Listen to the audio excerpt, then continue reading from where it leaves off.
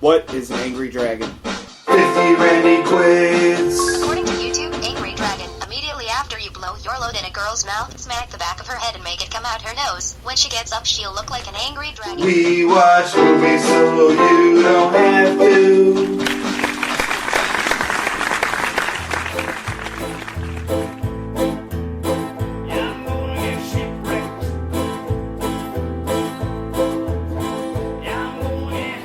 Welcome to 50 Randy Quays.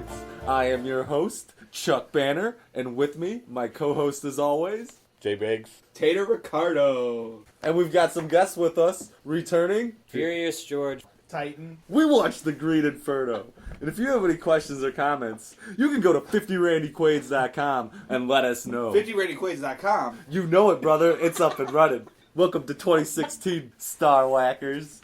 Fear will eat you alive. I'll eat you alive. Alright, so you guessed it. Oh, fuck that. Cannibals. This is an adventure horror movie. Spy Kids guys' first priority once they get to Chile is to get a bag of weed. Wait, I forgot. Oh, that's who it was? Peruvian Yeah, that was weed. Spy Kids Oh. guy. Kid guy. Yeah. Peruvian weed. Huh. Has it been that long? He's Daryl. that old now? Yes. Wow. He's got a little beard and Wow. he shows his penis and Wow. he buys a bag of weed. That is a stage penis. How you know that ain't my penis? I don't know. I'm He's sure just trying to brush it off. I'm sure they didn't write in any stage cocks into this movie. The main star actors of this movie are Eli Roth's wife, playing Justine, and spoiler alert, Is Justine the one that lives? Yeah. she's the one that you get to see her titties. So How do you there know is they were her nudity. The titties? proper... They could have been stage Because she titties. was Proper naked. How do you know service those weren't my memories. titties? Thank you. There's no stage titties. This isn't porn. Those were her boobs. Alright? So then there was a Wait. Chililid. What kind of porn are you watching? Stage titties. He said Chililid. Then there was the... Chililin like a villain. Don't bug up. There was the Chilean Good job. Good job. TV star Ariel Levy, who was basically Jim Halpert's doppelganger. I almost sprayed It was whiskey Moscato all over Grande, George. man. Then there was he played Alejandro. Then there was a Spy Kids star Daryl Sabra, who plays Lars, aka the pothead. Ulrich? So you can get The Green Inferno at a Redbox in the Amazon near a family video by doing some voodoo. And now we're going to have our special guest, Furious George, give you guys the brief description of Eli Roth's The Green Inferno. The beginning, this chick is trying to impress this guy. So they go to South America with some harebrained scheme to prevent a company from logging this rainforest and killing all the tribes that live there. It ends up being the girl was being used because her father was in the UN. The dude got a call and, oh shit, we're packing up, we're letting these people go home and we're not logging here anymore. Oh, shit. So that all ended and the guys were on the way back home on the plane, all celebrating except the chick who had a gun to her head, when their engine catches on fire and they crash. Now, here's when shit really goes bad, okay? Most people die right now. People start flying out of the airplane. People start getting... One dude got it right in the kisser with a branch. So, the plane crashes. At least half the people are dead. Everyone else is, like, limping around. And that's when the tribesmen attack. One more gets murdered. Anyone have a kill count at this point? I lost count. There was like 7. On the plane, After it was the 7. crash, it was On the 7. plane, after the crash, it was 7. She was 8. Okay, that bitch was 8. She got one big dart to her throat, and then one big dart to her forehead or something. She was done after that. So then they get locked up, and these guys are a bunch of cannibals. Alright, and one by one, they're dying off and getting eaten. But also, the main bitch who had the gun to her head has to worry about getting circumcised. So she's trying to escape before this shit goes down. As the movie goes on, they're locked up in a fucking cage. They're trying to escape, and they keep getting foiled at every turn. More people die along the way. The people, basically, 2 try to escape at the end. Well, and again, they don't escape. Yeah, they keep, like, about to escape, but then end up right back in the cage. It's like a major tease the whole movie. In the end, the only person to escape was the same chick from the beginning What who was her name? got into all this to impress the guy. Her name was Justine. Yeah. Yeah, the one who you allegedly see her titties. Right. She escapes, and she ends up actually lying and saying that the tribe's people, like, protected her and provided her with food after the airplane crash, when in reality they were eating all her friends and murdering them as they all tried escaping. That's about it for the movie. Did I miss any key points? Yeah, at the credits, halfway into the credits, the sister of Alejandro calls... The guy, the ringleader. Yeah, calls Justine and says, hey, pictures of my brother... Or pictures have surfaced, and it Satellite looks like pictures. my brother. Yeah. And Yeah. that's how the movie ends, kind of leading you to believe And he's that they're- totally covered in blood. All Yeah, colored. and I left a couple of key plots out that were going to get talked about. About the ending, I just had a little light bulb fan theory moment. Justine saves the whole tribe by holding up the phone. You know, what's the rest of the tribe by holding up the phone the and dead going cell with those phone? guys. Yeah. So when they got back, they might have thought that the other dude was like a god, like he would help protect them and save them. He's probably like If running he had around his with cell the tribe. phone, yeah, maybe. Oh, they No, think because he's just with them. They don't know that it was a cell phone. Yeah, and they totally might, gonna be they might head think of the that the- tribe. Because the big bald dude's dead. I mean, yeah, He nothing died else. in He the just fight, wanted. so like He you just wanted said, to be all the adults powerful. are dead. Yeah, most So- of them. Yeah. Did you guys know about this movie coming into it, or was the fact that, hey, we're going to watch Green Inferno the first you'd ever heard of it? Oh, I knew. I watched the trailer a couple times. I knew it was coming for a few months. First I ever heard this movie existed. I first heard of this movie from Chuck Banner and Jay Biggs because they know I have a predisposition for cannibalism. And they brought it up to me knowing quite well how much I would enjoy it. So I expected a crap ton of eating people in this movie. I was not let down. I knew about this movie a few months in advance. I watched the trailers. This is one of those movies I'm sad that I didn't go see in the movie theater. Like, seriously. So I wanted to see this movie initially because I had said something to Tater about it, and he seemed pretty excited. Biggs always kind of seems white chocolatey about everything. The closer we were getting to actually watching the movie, I was becoming growingly wary about it. I Because you're a vagina and you can't watch gory movies. I just didn't want to watch it. So, what did you guys really like about this movie? Or let's talk about the squirming, because apparently that's what Furious George really wants to get into. Well, no, I was I don't like watching gore either, but it was really uncomfortable watching them build up to circumcise this chick. It seemed really, you can't relate, but you can kind of imagine getting yours chopped off, and it makes me cringe. See, I wasn't as afraid of that because I didn't see it actually happening. I didn't think it was going to get that far. So you were just, unless it was a close-up and actual footage, you weren't worried. No, yeah, I wasn't worried that they were going to actually circumcise her. I was more grossed out when they were digging the fucking eyes out of that fat dude. Oh, that was great. Right at the And- beginning when the fat oh, dude puked on his face. Yeah, and that was That gross was- too. Yeah, you got queasy, and I was like, oh That man, was I'm gonna fake. hate this movie. That was one of the worst parts of the movie, though. After that, it didn't get any worse. I don't know if that is really a problem that I have with this movie, to be honest. I went into it thinking one thing, and really less than half the movie was that. And, you know, at least Hostel, you knew what you were going into, and the whole fucking time it was brutal. And it had a way better story. And this movie was just unbelievable from start to finish, and I just overall thought it was not good. What did you expect that you didn't see? I Or just what were you expecting because you got something you weren't expecting? I didn't have any expectations. How were you let down?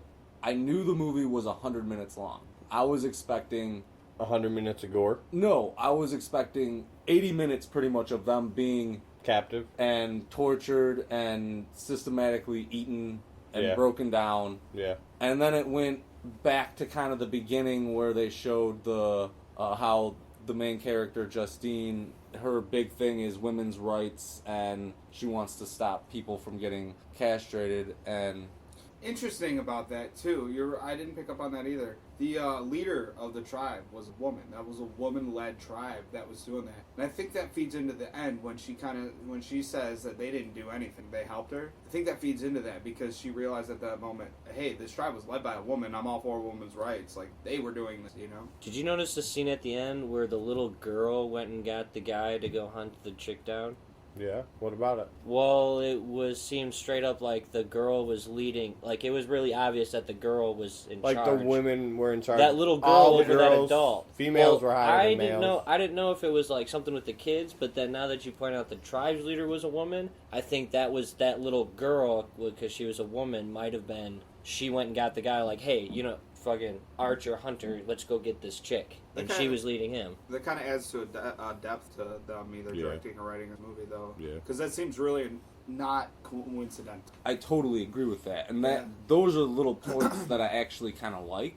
But I felt like there was way too much really terrible, unrealistic banter between the characters that just made no sense, because they were trying to throw a ton of jokes at you in the beginning of this movie to kind of soften you up for the brutality you're supposed to see later. And realistically, is that what that was? Is that what? Yeah. Is that like a film thing to do? That's a textbook, they dude. joke around, and then it gets real gory after you've The relaxed. Gallows did that too. it's just what horror movies are doing now. They're gonna throw a lot of fucking upbeat joke shit at you to start off the movie before they get into the So you're not brutality. prepared for a bunch of. I don't think it's a new thing. I think they've think- always done that. They've yeah. just done it different ways. Like usually it's sex or something. Like Yeah, there's a but- sex scene and then there's a gore scene. Even To those movies. flip flop your emotions. Yeah, I must not. Well, I don't watch many gory movies, so I guess I've never noticed this because I don't watch many movies like this.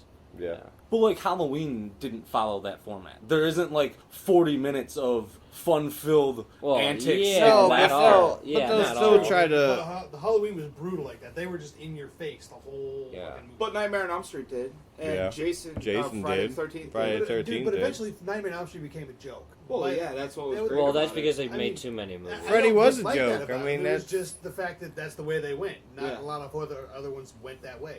Friday the 13th was just straight up from start to finish. Hey, Kevin Bacon and everybody else is dead. Yeah, Corey Feldman. Yeah. The reasons why Chuck didn't like this movie, were reasons I adored it. I thought it held to a lot of really old horror movie standards with the cheese, how things were done. I mean, let's face it, the whole lead scene where they decide to get the tribe stone was stupid. That was such a cheesy idea, but I think it holds true to classic gore horror movie sets. And I think Eli Roth has a sense of this. I think he's definitely a fan of the old gore horror movies, and he's trying to incorporate his new spin on it. It was shot really well. There was some poor CGI, but he got enough of a budget to shoot it really good, and it looked beautiful. It was a stunning looking movie.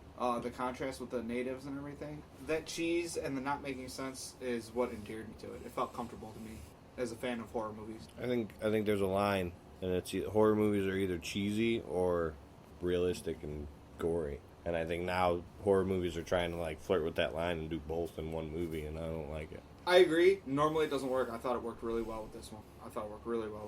I came into this movie thinking this was going to be one of the best movies of this genre I've seen a really long time. I was not disappointed. Eli Roth held to what he's been best at, making movies, just slaughtering people up one side and down the other. Fucking massive body count at the beginning of his movies. Just epic, dude. I couldn't have asked for anything better out of this. What was your favorite scene, or what did you like? Is that what you liked most about it? The plane crash tree to the fucking skull, dude. Just straight domed the motherfucker. The entire plane crash sequence. No, the whole sequence, yeah. But That my was favorite, so good. Dude, that initial impact when that tree just comes straight through the windshield and just like baseballs this dude's head. Like, fuck, that's the way it's gonna go from here on out. And I love it. I think before anybody even died in the plane crash sequence, I audibly said that this is an amazing plane crash. Like, I think I said that out loud because I was definitely thinking it. And that was intense. That was really well shot. They did such a good job. And then at the end of it, everybody died. Like, when you think it's over, everybody's still dying. Dude, propeller to the face. Oh, that was a good one. Propeller to the fucking face after the plane crash. That was... Okay, I understand you're shaken from a plane crash. Gotcha. You're going to be a little fucked up. You still don't have enough of your surroundings around you to know that the propeller's still going as you turn the fuck around. That didn't catch his eye. That was right really before, good. Like, seriously, you couldn't be like, whoa. That was unexpected, for sure. I liked it. It was a nice little... It was kind. It was a startle/gore moment. Like, And I saw it as I remember unnecessary. hearing everybody in here at that part, all of us, ooh. This movie had good parts and great scenes, but the story sucked. The story was unbelievable. Favorite scene was already taken. The guy power ratting the kisser with the tree. Right in the cockpit. I was let down personally. Titties. I thought it was going to be a lot better. The only thing that I really thought was a favorite thing in this movie was the fact that I totally called that the first person to be killed by the cannibals was going to be the fat guy, and all you motherfuckers were like, no, he'll totally survive. And get or with that at least chick. not be the first person to die, and he'll end up with the chick. And I'm Well, like, no, this motherfucker's going to die. You're Well, right. I totally called that the plane was going to crash on their way out of the woods. You did totally call that, not Furious George. No, fuck that. I called that way before your ass.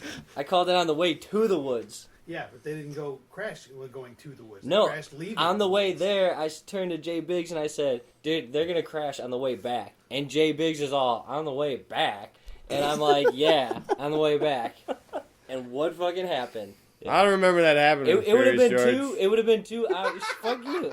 It would have been too obvious for it to happen while they were there doing their demonstration. That was expected. All right, George, so what did you hate most about this movie? I'm not big on gore. I got squirmish every time one of those motherfuckers. Every time there was genitalia. No, just penis. I didn't want to see that. No. Like you, Jay Biggs. Obviously. I loved the penis scene. Yeah. I wanted to see him get bit in the dick by a tarantula. Well, then why were you I kinda wanted that fantasizing too. your? It would have been awesome. That would have been pretty funny. Yeah. Running around and the tarantula's all hooked to his dick and he's like, ah! Only Jay Biggs wants to see more penis. Yeah. Helicopter tarantula. I never Tarantula got- helicopter. I never got my animal death. What the fuck? Yeah, you did. Oh, he didn't This die. doesn't count. He didn't die anyway, Yeah, so no, yeah, he it doesn't didn't die. He count. did die. The kid killed him. Yeah, but not from the animals. Totally missed that part too, by the He way. fucking sprayed the mist in that guy's face and then was all like, ah, and slit his throat. What's the mist? Is it like the chrome paint? No, it's like the powder. No, it's that Bullets in the drug sleep. from South. Yeah. No, it. Well, it might have been a different drug, but Wait, they it blew this mist in his face and then stabbed him and killed him. Yeah. okay. No, The kid there's this like What's the point of the blowing the shit No, in his no, face? no. Why didn't they just stab him and No, kill no, him? no. So it fucking like knocks him out and he doesn't feel the being stabbed in the throat. they might have been. Oh, They might have so been they were being referring to this humane? drug. That as- kid kid was. The kid Yeah. was, yeah. The same kid who Yeah. saved the so he girl. did it on purpose? Yeah. He said, "Kill me." Yeah. said, Did "Kill you me." miss like the I last totally missed that 20 part. minutes of this No, movie? I just missed those like 5 seconds. No, because he said it over like 5 minutes several times. Well, then I missed it several Yeah. times over Yeah. 5 minutes. because she was literally there 5 minutes trying to unfree him, like an Crying, idiot. Unfree Yeah. him? Yeah. How do you unfree someone? Can you explain that, Furious George? I don't know. Alright, so the worst thing I thought in this movie were a couple of things. Uh-oh. First off, Justine, this is the worst reason in the world for you to just go to another country to do some shit you have no idea what you're doing because you are crushing on some dude. Especially if you're a virgin. Also, what I hated about this movie was the fact that you see Spy Kid's penis. It was a And- stage penis. Negative. Bet you. Bet you. How Spy are Kid's we not gonna- gonna... How you know Spy Kid shows his penis? Spy Kid, if you want to be on the 50 Randy Quades, you can email us at 50randyquades@gmail.com. You can let us know for once and for all whether or not you had a stage cock or that was really your dick.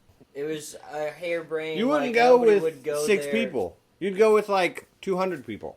Because, like Agreed. they said, Wait, oh, it well, seemed like he there were a won't lot- kill you because if he kills you, he's got to kill us all. Wow, that's like 6 people. Yeah, let's just take your phone. kill 6 people and bury them, and then nobody in the world knows what the fuck you're trying to do. Oh, you know this like actually happened in Mexico within the last several years with a bunch of protesters, like student teachers who went to a protest and they just disappeared. I believe it. And like Why wouldn't they? exactly, like I didn't believe that they would really. In fact, there's videos of the people getting like surrounded of streaming before they disappear and are never heard from again. The idea that they would have survived seems Yeah, no. like at the moment that, yeah, if the live streaming was seen by UN diplomats that were relevant and the guy that is the one girl's father was high enough, maybe that's a believable reason, but But still, what are yeah, they no, going to do? it's really, yeah. Send the UN fucking army? Hold Yeah. on. That's not what it was about. The call was from the dude's boss, the dude that owned the Bulldoze company, who didn't want the reputation of shooting Americans I because it was understand. live streaming right there on. I understand, but at Being the same watched. time, I don't But the premise of like getting there and expecting like that being able to work and maybe no like Why would you it's- say that they were with the UN? Because if it was just don't pe- shoot Americans. but They'd pe- just be like, we're here to protest. But Don't people shoot already us. get And murdered that would be for enough. people But he already was get all like, murdered no, for it's that. the UN. People already disappear for that. The UN brings more media attention.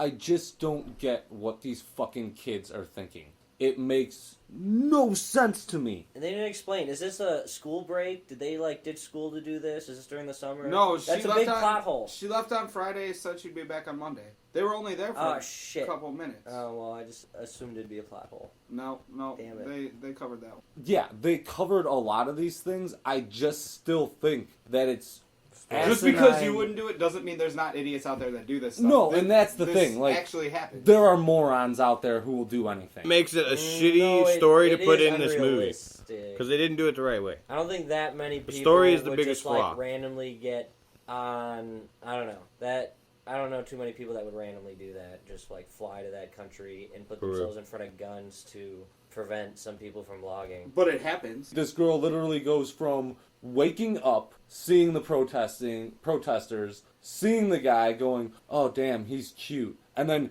going to a restaurant like that night to one of their rallies, gets told to leave, and then the next day yeah, she's being recruited by the guy, yeah. and then what? You got to figure maybe the whole rest of the week they wait until Friday and they leave and they're gonna be back on Monday. You're talking less than a fucking week that this bitch planned to fucking go with people she does not know To Peru.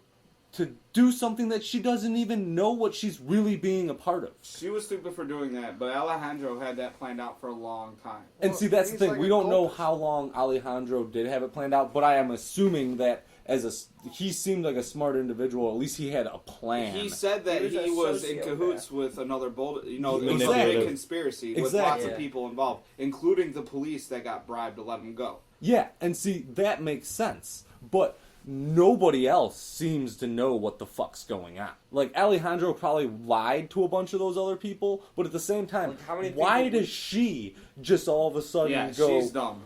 And that's the whole basis for, like, she is the person we're supposed to care about, and she is dumb as fuck. Why am I supposed to care about someone who is dumb as fuck? Because people Banner. in this movie. Fuck you, Justine. Oh, and by the way, if you ever want to be on 50 Randy Quaid, you can just send us an email at 50randyquaids@gmail.com.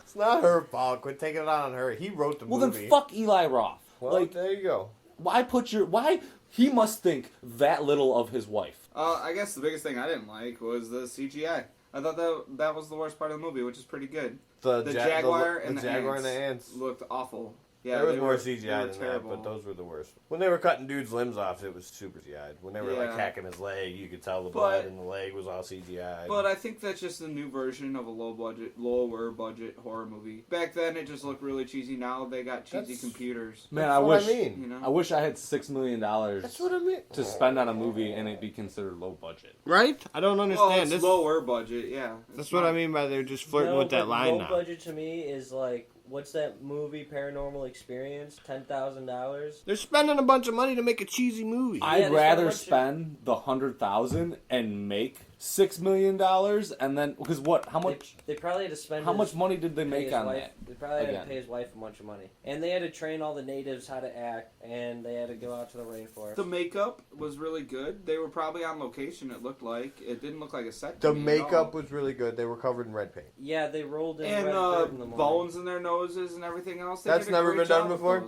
Eli Roth has the money to do a better movie. That's all I'm saying. Either make up your mind. Either put $200,000 into it and make it a cheesy fucking flick with comedy, or put $6 million into it and make it like the new Evil Dead and make a serious badass horror movie. Maybe he wasn't going for that. Maybe he just wanted to get his wife on screen and show her tits to everyone. Well, he could have done it better. I mean, I can't think of another better movie about cannibals. He was paid $800,000 to make show his wife's Spit tits. on Your Grave 4 and have her star in it. Bam. I think making a horror movie like this about cannibals is, all the horror movies I can think of that involve cannibals, it's either a small aspect of it, or it's old, like or 80s it's just movies. Hills Have Eyes. bad. It's just a bad movie, I guess. Hills Have Eyes. Hills Have Eyes, the first one, was an epic movie. But it's way still, better than this the movie. cannibalism isn't the focus. There's no real good. They're cannibal psychopaths. focus. The focus of the movie is psychopath mutated cannibals. That's the Hills Have Eyes. The crazy shit that they do in the camper and with the baby and just crazy psychopaths. And that's what this movie was, just not good. See, I didn't think it showed these people as being crazy psychopaths. Me neither. They were just a tribe. And that's the thing, like, I wanted more of that because that's what I thought I was stepping into. And it's funny considering I don't really like gore and I don't really like watching it, but I was interested to see what was going to happen, and I just kind of felt shortchanged. Yeah. I can see where you're coming from. Alright. I have nothing bad to say about it. It was gore just for the sake of gore. That's the point. Sometimes It is if it is, but it wasn't. It was maybe great. this and maybe that, and he didn't know what kind of movie he wanted to make. It's better when, like, the story naturally leads to, like, some crazy gore, which it did in some ways, but in then other ways they're just like, oh, we're cannibals, so we're just going to start butchering this dude. Rather than, like, well, better scenes were when the airplane crashed. Those were the best, like, kill scenes. What? Yeah, the dude getting the frickin', maybe that was a little cliche, the tree going through the window, but that was pretty hardcore. And that was good and, like, just kind of streamlined into the film rather than, like, okay, they failed it, now let's, like, do something brutal. You know, we keep bringing up the tree and the head, but nobody has yet to bring up the tablet in the chick's mouth. The iPad in the throat. Everybody The forgot about iPad that. through the neck. Oh. I had Come to on. point that out and make you back it up just so everybody could see. Yeah, that was crazy. Chick ate an iPad. So was that your favorite kill? Possibly. I just wish you could have seen that happen. Like, what made that thing go through her? Like, did it fly like it was a fucking disc, or did she like fucking slam it? Yeah, like, between that and, like, the chair. Yeah. Like, sandwich the iPad between the two. Titan, what was your favorite kill of this movie? My favorite kill of the movie? It probably the cliche one, tree to the head, like playing fucking 8-ball, just knocking it down the pouch. Fierce George? The iPad to the neck. That's pretty hardcore. The dude getting eaten alive. How awesome was that? The two guys that got eaten alive, and they weren't zombies. Awesome, I loved it. But the first guy, what was his name? Jonah. The guy that kept making fun of him for being fat the whole time. Jonah? Yeah, just gouging his eyes out and cutting his arms off. Oh, that was amazing. Yeah, I'm going to have to agree with that one. That's probably my favorite death. I thought there was a better one-liner than any of the kills. And that was Spy Kids running out of the fucking woods earlier in the movie after he shot the gun at the tarantula. And he's like, a tarantula just almost bit my dick off. And I think that was the funniest thing in this movie. So this is where we're going to rate this movie on a scale of 1 to 50 Randy Quaid's. IMDb gives this movie a 27.5 Randy Quaid's. Wow. So now we're going to start with our very own Tato Ricardo. Oh, I'm going to give this huge numbers. I decided that, any horror movie fan's going to love this movie because you learn to get over the cheese, and the cheese is very well spread on that cracker. It is really good. They did a couple really creative things. I like what they did with the credits, which was kind of cool. They actually put their Twitter handles on the credits, and I don't know why I like that so much. I just thought it was a genius idea, and why hasn't that been going on for 2 years? Yeah, so I really love this. It had everything that I wanted in it. I give this a solid 46 ratings. Titan. Giving this one big numbers like Tater, because I literally thought this was one of the best of this genre movies I've seen in a very long time. Seriously, I'm gonna give it the same as he gave it, 46. This movie was damn near perfect. It was. I enjoyed Frankenstein vs. the Mummy better. 19 Randy Quaid's. White chocolate. Fuck this movie. Going into the movie and watching the movie, I was all good. I was at like 30s. Then we started talking about it, and I started remembering stuff, putting shit together, Like, wait. Yeah, no. The story was horrible. There wasn't enough gore to be an Eli Roth movie. I give it 15 Randy Quaid's. So, I did not like this movie. I initially was going to give this 19, and then I'm going to dock it 2 because Eli Roth writes his wife into being a fucking dumb bitch. 17 Randy Quaid's. Don't watch this movie. Do you have anything that you want to promote? Furious George is doing a dinosaur podcast? That is true. Tell us Really? about this dinosaur podcast. See, just every week or every other week, just a new dinosaur and give the information they have on it and what they've actually discovered and how they can prove that the dinosaur existed. Was it like 3 bones or was it 60% of a skeleton? That's right. Starting in May, George's Dino Podcast. Furious Fossils. 50randyquades.com is the one-stop shop to access the show, but don't forget to like us on Facebook, subscribe to us on YouTube, and follow us on Twitter at 50randyquades. So Chuck, last night I had this dream, right? Where I was this huge rock star. And when I got off the stage, Nicolas Cage was back there. And he said, Tater, you know I listen to 50 Randy Quaid's. I don't appreciate the things you said about me being a bad actor. And it took me a half an hour to talk to him and convince him that it was just a joke.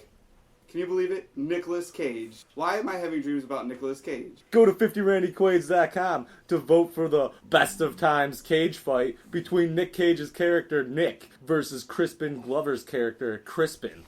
Next time on 50 Randy Quaid's The Last Witch Hunter. The crew sees the return of Confused Face. Vin Diesel stars in the movie that you have to see to believe. Until next time, we watch movies so you don't have to. Peace out. 50 Randy Quaid was recorded at J & Jug Studios, hosted by Chuck Banner, produced by Chuck Banner and Tater Ricardo. Featured music is by Fox River Fallout.